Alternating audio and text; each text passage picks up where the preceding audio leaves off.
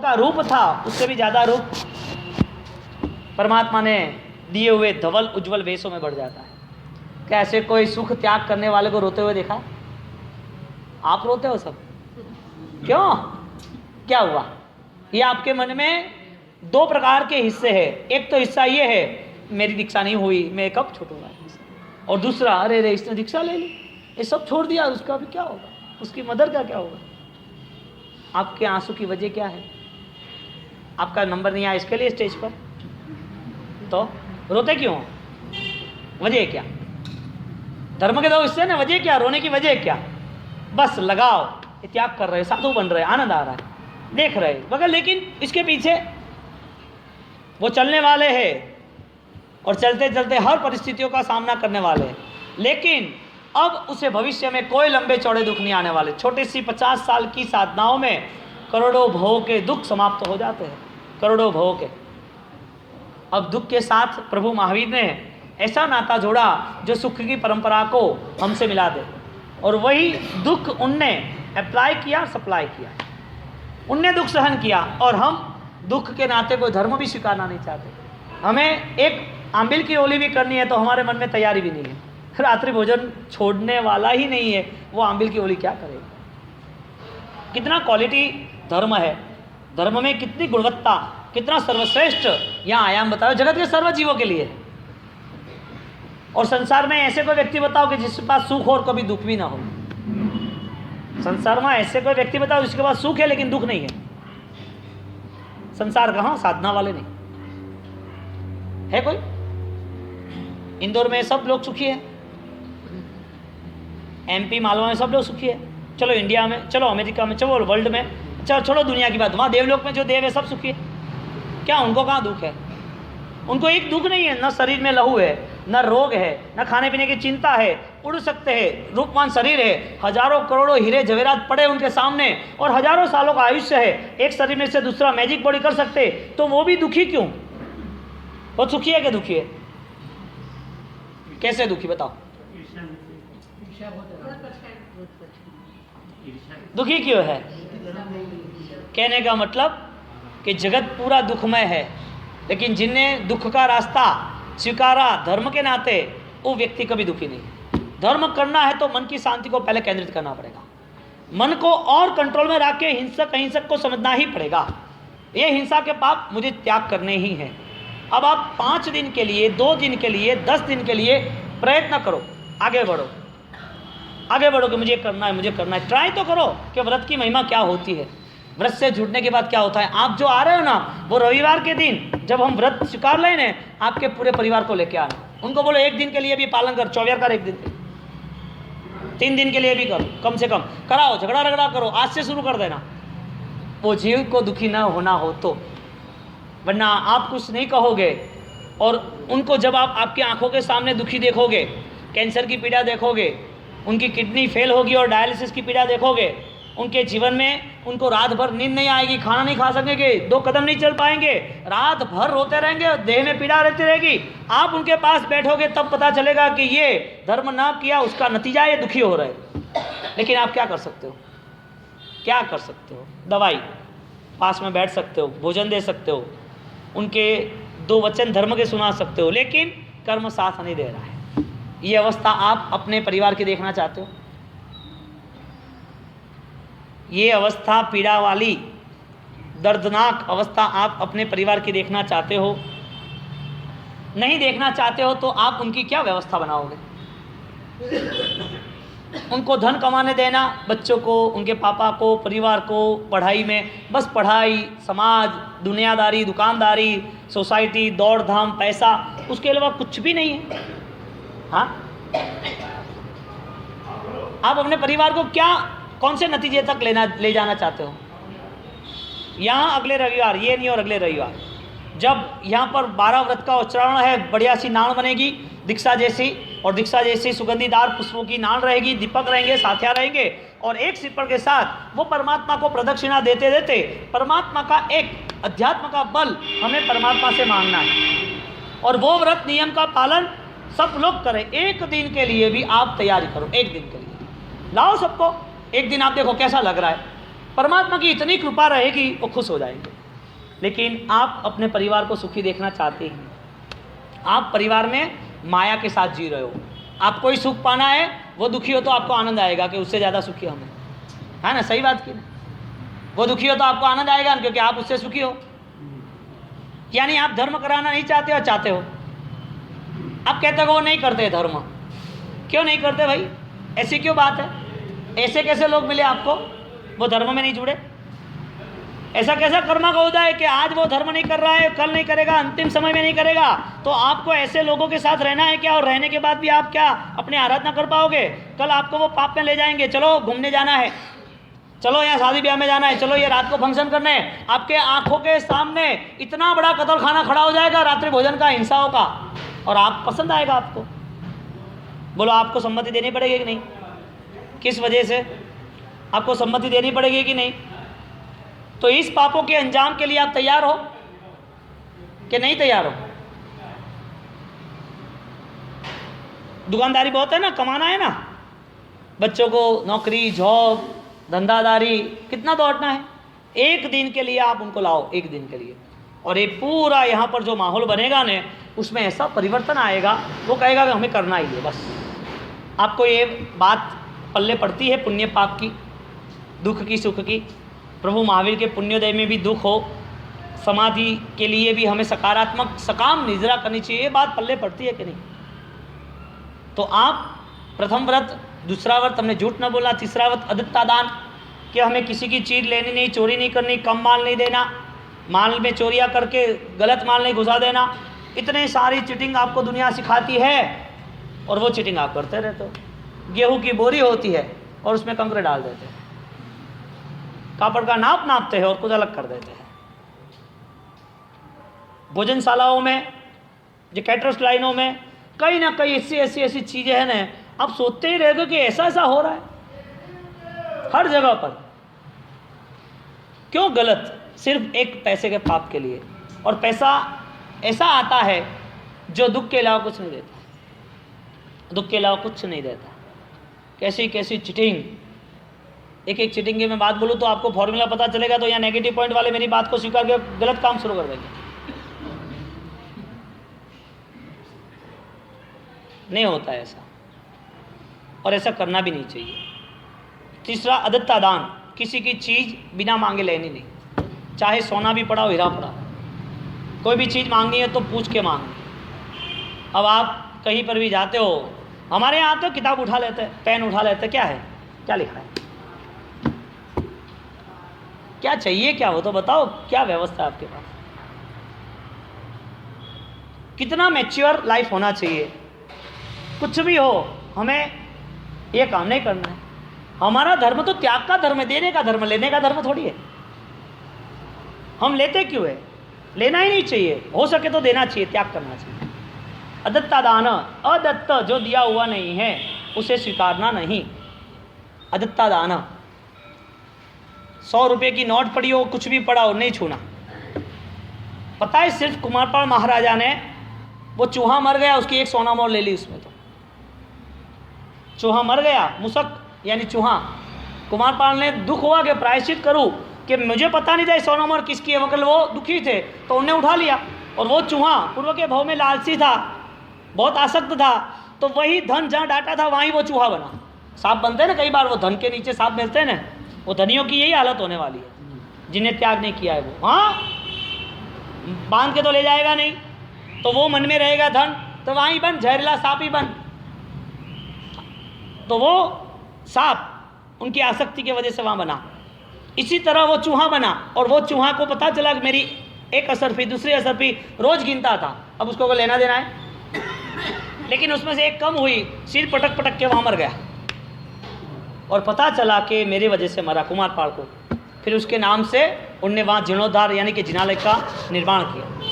अदत्ता दान, किसी की चीज़ लेने से किसी की जान जाती है, तो क्या महत्वपूर्ण है आपके लिए वो चीज़ उठाना? दूसरे को सुख मिलने के नाते हमें भी सुख मिलता है। जीवन पद्धति यदि आप समझदारी के साथ जीने के लिए तैयार नहीं बनोगे तो जीवन यूं ही हिंसात्मक प्रवृत्तियों के साथ ही व्यतीत होगा। यानी व्रत नियम की धारणा इसके लिए ही थी कि वो कम से कम हिंसाओं से जीवन व्यतीत कर सके। क्योंकि दुख के लिए किसी का भी मन राजी नहीं होता है, और दुख देने से खुद को भी दुख मिलता है। जगत का ये न्याय, कर्म का ये सिद्धांत, जगत का ये सत्य स्वरूप, इसमें अनंत काल तक कोई परिवर्तन आने वाला नहीं। जो जीव को या कोई व्यक्ति को या कोई परिस्थितियों में हमारे ओर से कोई भी दुख होता है, तो इसकी वजह यह है या तो हम जानबूझ के कर रहे हैं, या तो फिर हमें दुर्गति का पता नहीं है। जानबूझ के कर रहे हैं तो समझ लो कि वो धर्म का अधिकारी नहीं है। जानबूझ के कर रहे हैं तो शायद उसका पृथ्वी पर मानव के हिसाब से जन्म हुआ है, वो गलत हो गया है। जानबूझ के वो इंसान होने के नाते किसी को दुख दे रहा है तो उसकी इंसानियत मर चुकी है, तो ये पृथ्वी पर वो भार है। क्योंकि जानबूझ के तो वो दुखी क्यों देगा, दुख क्यों देगा? स्वयं को दुख पसंद नहीं है तो दूसरे को दुख क्यों देना चाहिए? तो दुख न देने की वजह से हिंसा मुक्त जीवन व्यवस्थाओं के हिसाब से एक लक्ष्य तैयार होता है व्रत के सुनने के बाद, कि व्रत हिंसा मुक्त प्रवृत्ति का जीवन है। और जिसने व्रत ग्रहण किया उसके जीवन में दूसरे जीवों की तो हिंसा नहीं होगी, लेकिन साथ साथ अपने जीवन में जो करुणा रहेगी वो अपने जीव की भी आगे भविष्य में दुर्गति ना हो, इसके लिए वो भी अहिंसा से मुक्त हो जाएगा, हिंसा से मुक्त हो जाएगा। तो हिंसा का पालन या अहिंसा का पालन, उस दोनों में व्यक्ति यदि आगे बढ़ता है तो उसमें वो अनजान रहेगा तो नहीं चलेगा। अहिंसा का भी पालन अनजान होगा तो जब तक अहिंसा का पालन करना है तब तक अनुकूलता तब करेगा, वापिस हिंसा शुरू कर देगा। अहिंसा का पालन यदि उसे पता ही नहीं है क्यों करना है तो वो शायद कभी भी वो अहिंसा का पालन छोड़ देगा। हिंसा क्यों हो रही है वो पता चलेगा तो हिंसा भी छोड़ देगा। यानी हिंसा और अहिंसा में दोनों में यदि कोई मीडिएटर है तो वो है हमारा ज्ञान। यानी कि ज्ञान दशा वाला जीव, उसके जीवन में वो बार बार हर जीवों के प्रति करुणा और सहायता का भाव सोचता है।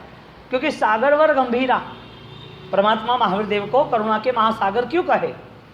करुणा किसे कहते हैं? कि हर जीव के प्रति, हर जीव छोटे बड़े जो भी है उनको कहीं पर भी मेरे हिसाब से दुख होगा तो ये दुख का पूरा नतीजा मुझे अगले भव में मोक्ष जाने के पहले हर वक्त चुकाना है। एक कल्पना करें हम, प्रभु महावीर, उनका जन्म राजकुमार का, क्षत्रिय कुंड का, सिद्धार्थ महाराजा का, अमाप समनाप संपत्तियों के साथ देवों का अवतरण, देवों की आगे पीछे उनकी भक्ति, जो उनका मेरु भूमि में यानी कि मेरु के पूरे 1 लाख योजन में जन्म महोत्सव हुए। ऐसे प्रभु महावीर जो परम पुण्यशाली, इनकी टोच पर, इनकी टक्कर पर पुण्य किसका नहीं है मानव की दृष्टि से भी। तो मानव की दृष्टि में इतना पुण्य कि देव भी हाजिर हो गए जन्म के नाते। जे जन्मता पहलाज 64 इंद्र जहने वंदता, इतना प्रकृष्ट पुण्य। तो ये पुण्य के पीछे इतना दुख क्यों आ गया? पुण्य के साथ साथ इतनी दुविधा क्यों जुड़ी?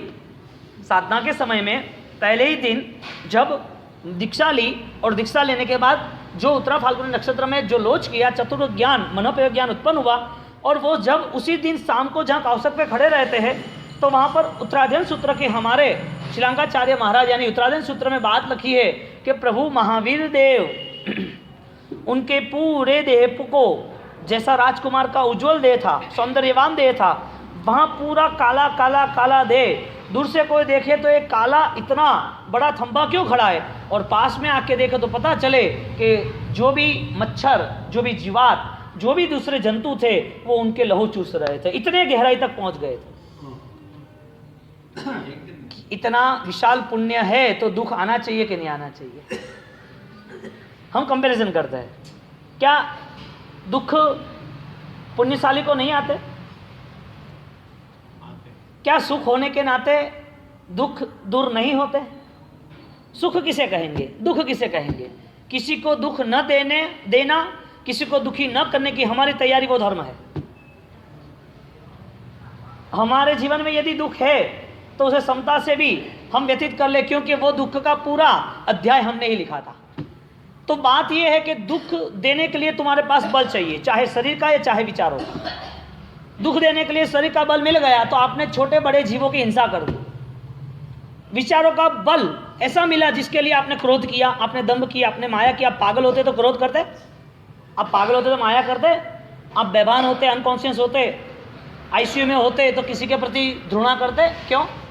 यानी विचार भी गलत रास्ते पर, देह का बल भी गलत रास्ते पर, मिला हुआ जो भी पुण्य है वो पुण्य मिसयूज हो रहा है, दुरुपयोग हो रहा है।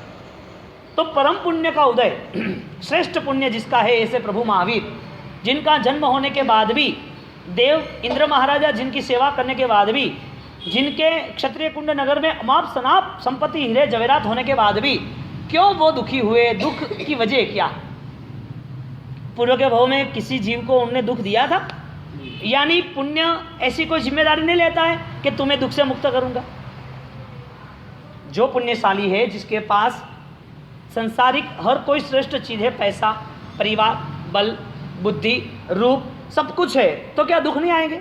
तो व्यक्ति को सुख की चिंता करनी चाहिए या अपने आत्मा को दुख न मिले ऐसी चिंता करनी चाहिए? आत्मा को, देह को नहीं। अब आप देह के दुख के पीछे पागल हो जाओगे। देह को दुख मिला तो सब आर्त ध्यान रौद्र ध्यान लग जाएगा। देह में यदि दुख मिल गया, किसी ने आपकी आंख निकाल दी मार के, लहू लहू निकल रहा है चारों ओर, कहीं आप ऐसी जगह पर चले गए गांव में, कहाँ पर आपकी गाड़ी बंद हो गई, या तो आप घूमने गए और वहाँ फंस गए कहीं पर, या किसी ने आपको लूट लिया, आपको किडनैप करके उठा गए, और उठाए जाने के बाद वो आदिवासी के जंगलों के अंदर आपको पकड़ लिया, और पकड़ लेने के बाद वो माता की बलि चढ़ाने के लिए आपको लेके आए थे। अब आपको दुख दे रहे, अब आप दुख नहीं मिला उसके पहले भयभीत रोने लगे, क्या होगा क्या नहीं। आपके सामने ही आपके साथीदार को उसने पेड़ पे बांध दिया, लटका दिया, और नीचे आग जल रही है, और आग जलने के बाद जला नहीं रहे, वो धारदार शस्त्र लेके आपकी आंख खींच रहे, दो आंख को खींची, लहू निकल रहा है, आपके नाक को काट डाला, आपके दो हाथ को काट डाला, आप जिंदा हो। दुख क्यों आया? आपको पसंद नहीं है। दुखी होने के बाद आप डर जाते हो, भाई भी अरे ऐसा दुख नहीं आना चाहिए। क्यों भाई? इससे ज्यादा तो नरक में है। ये छोटे से दुख को भी देख के यदि हम भयभीत होते हैं, मन मानने के लिए तैयार नहीं कि ये दुख नहीं चाहिए, तो आगे के भाव में इस देह को न मिलने वाले दूसरे नए दुख इससे भी ज्यादा हो गए, तो इस देह में दुख सहन करके समाधि करके नए दुख को दूर करना, या इस देह में सुख लाके नए दुख को निर्माण करना? नया दुख का निर्माण हो रहा है या फिर नए सुख का निर्माण हो रहा है? इस देह में दुख मिलता है तो दुखी होते हैं या समाधि रहती है? इस देह को दुख मिलता है, रात को नहीं खाते तो भूख का दुख लगता है, भोजन का दुख लगता है, लेकिन आदमी खाता है। दो बल मिले ना, एक बुद्धि का बल मिला, बुद्धि का बल मिला तो उसका दुरुपयोग हिंसा करने लगे, देह का बल मिला तो उसका दुरुपयोग क्रोध किया, मारामारी की, कोई भी हिसाब से किसी जीवों की हिंसा की। क्यों भाई? वजह क्या? तो हिंसा भी पालन होती, हिंसा का भी कोई हमने दुर्व्यवहार किया तो भी हम दुखी होने वाले हैं। अहिंसा के पालन के बाद भी हमें पता नहीं है तो अहिंसा भी छोड़ देंगे। तो हमारी हर व्रत की, हर नियम की, हर धर्म की परिस्थितियों में हमें क्या पाना है? हमें इंतजार किसका है? ये धर्म प्रवृत्ति के बाद हमारा वैचारिक स्रोत हमें कहाँ ले जा रहा है? प्रभु महावीर का इतना विशाल पुण्य और दुखी हो सकते हैं, इसका मतलब जिसका पुण्य इससे भी कम होता है वो भी दुखी हो सकते हैं। इसका मतलब हम दुखी हो गए तो हमारी तैयारी है समाधि की। दुखी क्यों हो गए? वजह क्या? दुख की वजह किसी को दुख दिया। ये व्रत का नियम, 12 व्रत का नियम हमें एक ही संदेश दे रहा है, हिंसा मुक्त जीवन व्यवस्था। हमें अहिंसा का आदर्श, अहिंसा की व्यवस्था में जाना है। और अहिंसा की व्यवस्था में पहले व्रत में हमने देख लिया प्राणातिपात।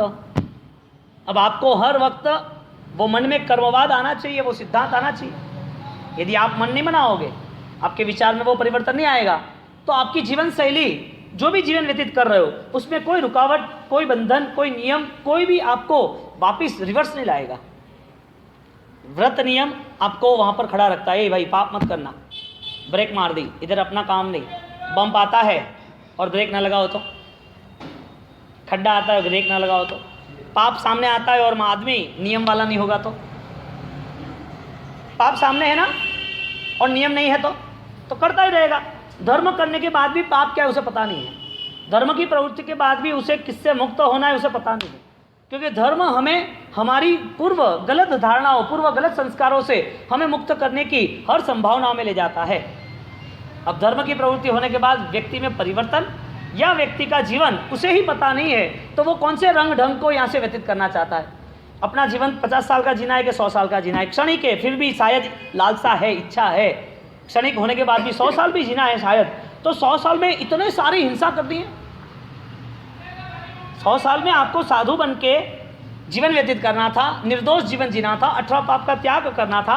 और 18 पाप का त्याग के साथ आपके मन में कहीं पर भी कोई भी दूसरे दुर्भाव आवे तो भी वो प्रायश्चित करके यहाँ का जीवन निर्मल और शुद्ध और परंपरा से परमात्मा के करीब जाए, ऐसा बनाना था। इस जीवन को हम न पा सके, साधु जीवन न बन पाया हमारा, तो हम श्रावक जीवन में भी नहीं आ पाएंगे।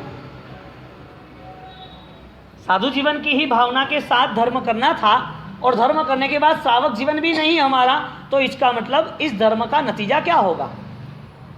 48 मिनट तक सामायिक करने के बाद, रात्रि भोजन का त्याग करने के बाद, या तो औसत करने के बाद या तप करने के बाद उनको क्या 1 महीने तक वो दुबई में घूम सकते हैं आराम से, परमात्मा की पूजा के बिना, प्रतियों के बिना? वो आराम से समुद्रों की लहरों में, सफ़रों में जा सकते हैं? उनको कोई क्या में आपका आरोप लगेगा? आप तैयार हो क्या? किसी की चीज़ नहीं लेना कभी भी, कुछ भी हो, चाहे कितना भी दुख हो। हरिश्चंद्र राजा ने सब कुछ छोड़ दिया, मैना सिपाल ने सब कुछ छोड़ दिया, गलत रपना है, कुछ नहीं करना चाहिए।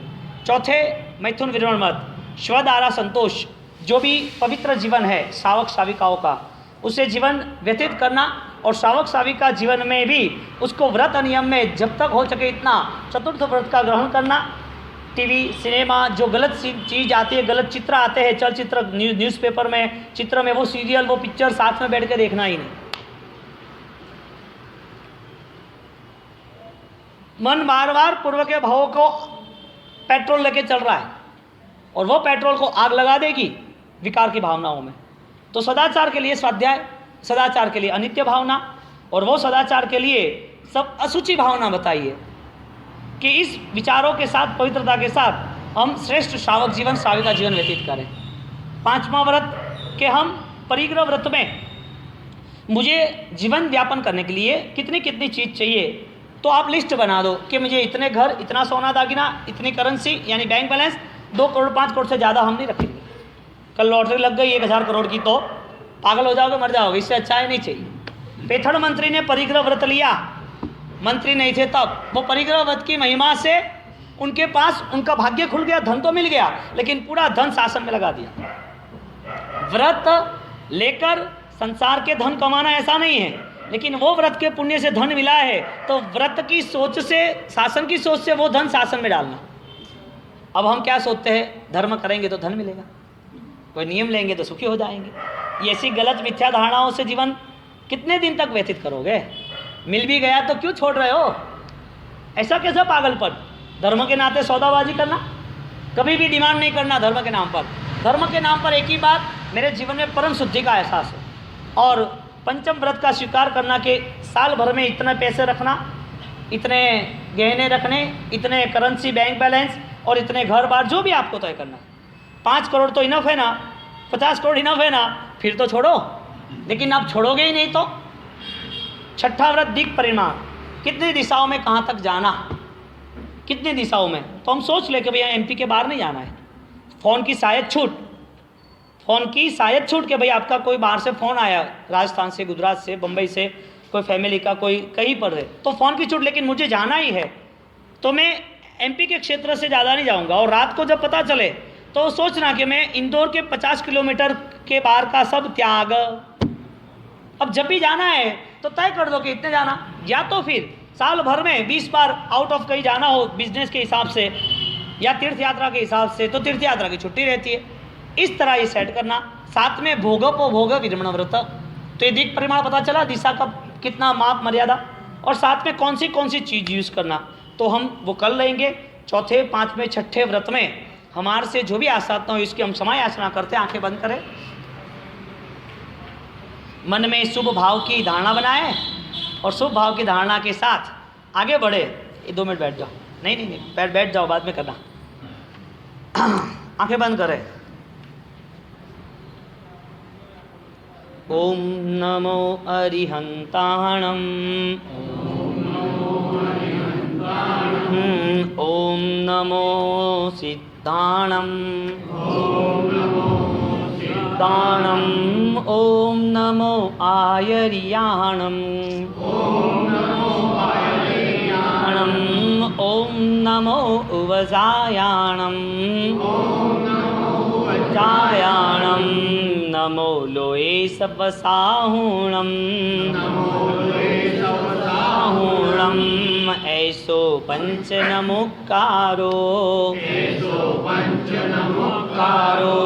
सब्ब पावपणासनो मंगलाणं च सव्वेसिं परमं वै मंगलम मंगलम पडमं वै मंगलम वै मंगलम मंगलम मंगलम मंगलम मंगलम मंगलम मंगलम मंगलम मंगलम मंगलम मंगलम मंगलम मंगलम मंगलम परमं वै मंगलम मंगलम परमं वै मंगलम मंगलम माफ करो प्रभु माफ करो मुझ पापों ने माफ करो माफ करो मुझ हृदय ने साफ करो साफ करो मुझ हृदय ने साफ करो साफ करो मिच्छामि दुक्कडं मिच्छामि दुक्कडं मिच्छामि दुक्कडं मिच्छामि दुक्कडं मिच्छामि दुक्कडं मिच्छामि दुक्कडं मिच्छामि दुक्कडं मिच्छामि दुक्कडं मिच्छामि दुक्कडं मिच्छामि दुक्कडं मिच्छामि दुक्कडं मिच्छामि दुक्कडम का जयनाथ अपने मन में जलाने दो। पाप को याद करके पाप का खात्मा करने के लिए मिच्छामि दुक्कडम के शुभ भावों को और श्रृंखला बंद ले जाओ। आंखें बंद।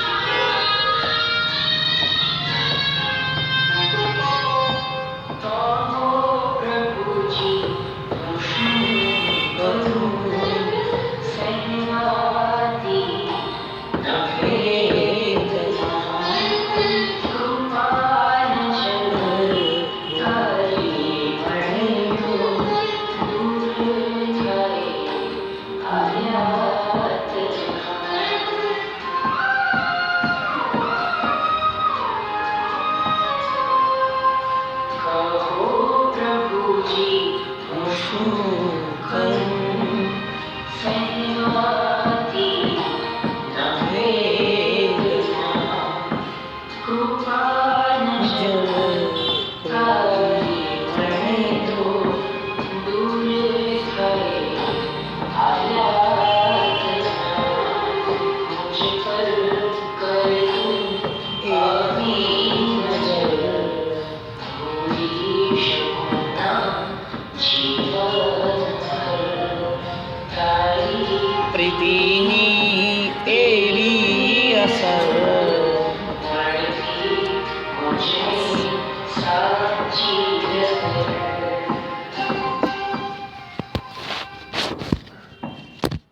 यहाँ पर 6 व्रत अपने हो गए, 7, 8, 9 और शाश्वत ओली जी आसो मास की, उसमें विशिष्ट प्रवचन माला रहेगी। अरिहंत पद सिद्ध पद के आधारित 9 दिन के विविध प्रवचन भी रहेंगे। तो ज़्यादा से ज़्यादा वापस शाश्वत दिनों में श्रवण की तैयारी रखना। ठीक है, चलो आ जाओ। 2 मिनट ओली जी के ऊपर ज़्यादा संख्या बढ़ जाएगी। धर्मी आत्मा घूमने के लिए क्यों जाता है? धर्म प्रवृत्ति करने वाला अहिंसक भावों से परिचित है या नहीं है? अहिंसक भाव है तो हिंसा क्यों कर रहा है बाद में? तो 1.5 महीना, 2 महीना, 4 महीना, 12 महीना या 12 साल कोई भी आराधना की है तो उसके पीछे लक्ष्य क्या था? बंबई में एक परिवार इतना धार्मिक, देखो कर्म की कठिनाई और ज्ञान का अभाव है इसकी ये पूरी देखो। बंबई में एक परिवार मरी लाइन्स में रहता था, रह रहा है, और उनका एक झोंक हो गया। उम्र उनकी 75-80 साल की, धर्म प्रवृत्ति में 1 नंबर, और धर्म प्रवृत्ति रेगुलर 24 सामायिक प्रतिगमन, जाप, पढ़ाई लिखाई, व्याख्यान, माला, दान, सब कुछ। 75 साल की उम्र में उनकी बात किसी ने मुझे की कि महाराज साहब इनकी थी हालत बिगड़ गई। तो कैसे? कि दुबई एयरपोर्ट में जैसे उतरे ना, ऐसे तुरंत बोल दिया कि भाई आपके ये लिबास नहीं चलेगा। वो धोती पहनते थे अपनी हिसाब से, तो बोला कि आपको धोती नहीं चढ़ गई, आपको कुर्ता ही पहनना पड़ेगा। 75 साल की उम्र में दुबई घूमना क्या? कोई धर्म की व्यवस्था को कैसे संभालना? कभी नहीं गए। अब बच्चे ले भी जा रहे हैं तो क्या बच्चे का इतना राग जिसके हिसाब से धर्म का राग छोड़ देना? हाँ, पुण्य का दुरुपयोग, मिला हुआ पुण्य उसे क्या व्यतीत करना है, कहाँ व्यतीत करना है, कोई पता नहीं, आता नहीं। और देखो जिसके पास पुण्य नहीं है वो धर्म के साथ सौदाबाजी करके पुण्य बढ़ाने की कोशिश कर रहा है, और जिसका पुण्य धर्म से शायद बढ़ गया है, पूर्व के कोई गुरुदेव के आशीर्वादों से, कोई धर्म की प्रवृत्तियों से, कोई अच्छे कार्य से, कोई नसीब से कोई पुण्य बढ़ गया है, तो ऐसे पुण्यशाली के जीवन में धर्म का कोई उदय नहीं दिख रहा है शक्तिशाली, संपत्तिवान है, पुण्यशाली है, लेकिन धर्म क्या है उसे पता नहीं। अब देखना, श्रीमंत होने के बावजूद वो अहिंसक भावों से दूर रहेगा। श्रीमंत है लेकिन हिंसा बहुत है।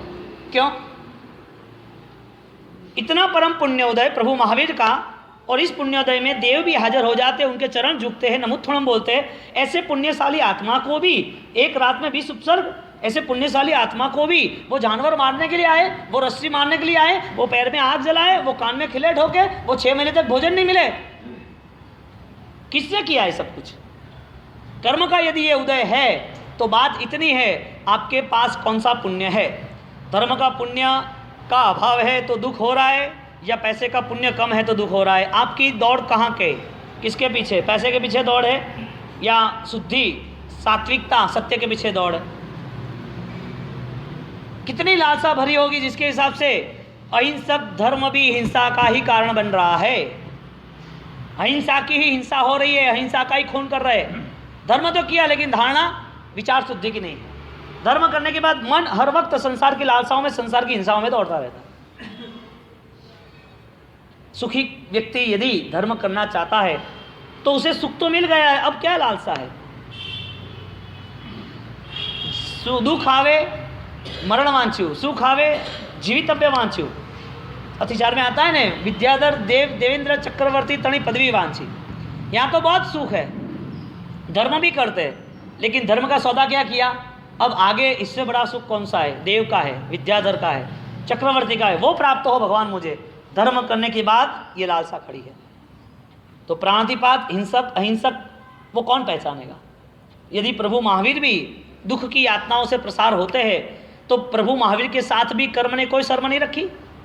यदि कर्म हर किसी के साथ, जिनने जो भी व्यवहार किया है, जिनने जो भी रोल निभाया है, वो रोल के नाते उसके पास सामने आके खड़ा रह जाता है। यानी कि परम पुण्य जिसका है उसको भी यदि दुख मिलता है तो जिसका कम पुण्य है उसको दुख मिलेगा कि नहीं मिलेगा? दुख मिलेगा। तो उसको नए दुख का निर्माण करना है या दुख के साथ समाधि करके, कॉम्प्रोमाइज करके, समाधान करके उस दुख को अब दूर करना है।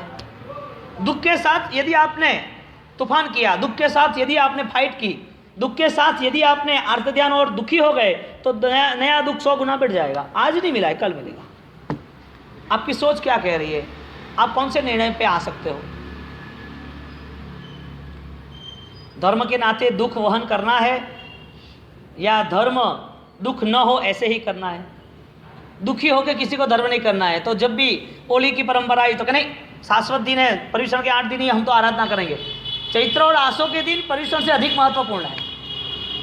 चैत्र और आसो महीना की होली के दिन इससे अधिक महत्वपूर्ण है, पर्युषण से अधिक। लेकिन हम सबकी धारणा क्या बन गई? पर्वाधिराज के दिन में, पर्युषण के चढ़ावों में, पर्युषण की आराधनाओं में, मंदिरों में भीड़ इकट्ठी करनी। ज्ञान कहाँ से आया ये सब पर्युषण का?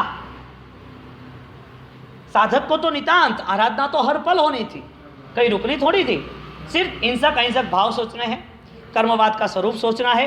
परम पुण्य के उदय में भी दुख आने वाला है तो मेरा ऐसा कोई पुण्य नहीं है, लेकिन मेरा सर्वश्रेष्ठ पुण्य है कि मैं धर्म को सोच सकता हूँ, समझ सकता हूँ, धर्म की मैं आराधना कर सकता हूँ। ये पुण्य जो है ना, ये जो समझदारी है ना, ये श्रेष्ठ कक्षा का पुण्य है।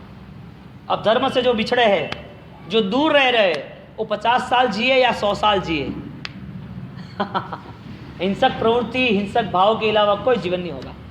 बोलो आप 50 साल के लिए हिंसक बनना चाहते हो तो तुम्हारे लिए व्रत नियम का कोई मूल्य नहीं है, और आपको सही में धर्म से जुड़ना ही है तो बार बार वो विचार को आपको वहाँ केंद्रित करना पड़ेगा।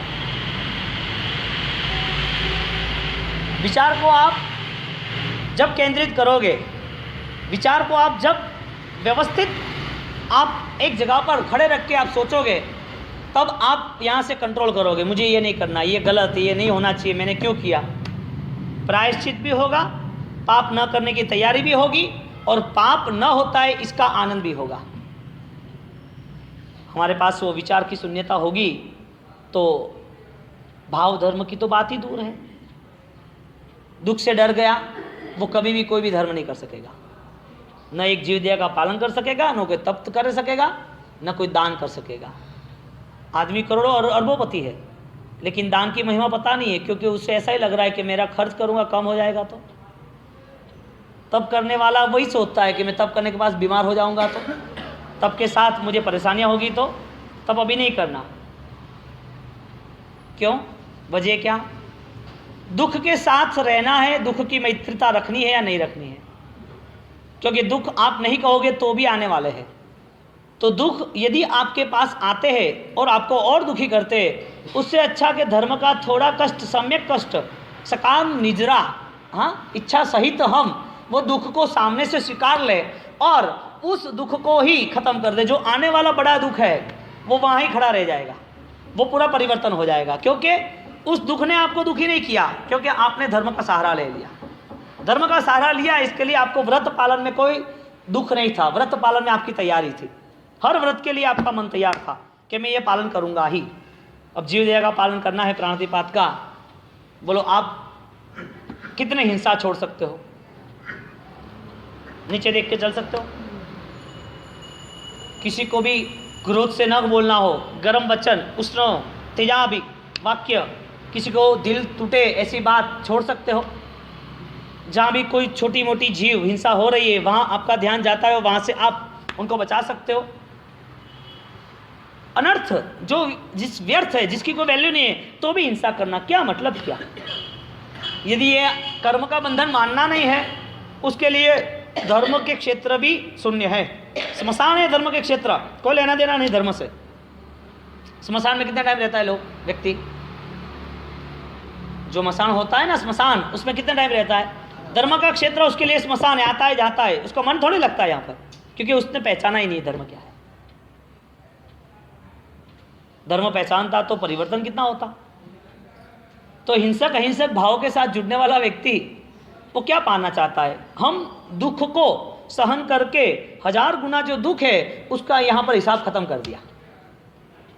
साधु बने हैं तो दुखी बने हैं या सुख छोड़ के भी बने हैं? क्यों? करोड़पति है फिर भी साधु बनना क्या तकलीफ थी? यहाँ दुख आने के बाद कोई फरियाद भी नहीं करना, कोई क्या बोले, कैसा रहना सहना, कैसा चलना, कोई दुख की बात ही नहीं। इतना महलों का, इतना पैसों का, गाड़ियों का, इतना सारा सुख होने के बाद भी त्याग करना, और वो भी दुख आने के बाद भी खुश रहना, फरियाद ही नहीं। हम कहने जाएंगे अरे ये संघ वाले तो ऐसे, पापा यहाँ तो पसंद नहीं आ रहा है। दीक्षा लेते वक्त किसी को रोते हुए देखा है? हजारों लाखों के गहने उतार दे आंखों के सामने, हाँ, और जो है वो गहने साज सज्जे राजकुमार के ड्रेस के साथ, बाल यौवन सौंदर्य के साथ, वो इस ड्रेस में जब आते हैं ना तो उसकी प्रभाव का और बढ़ जाता है।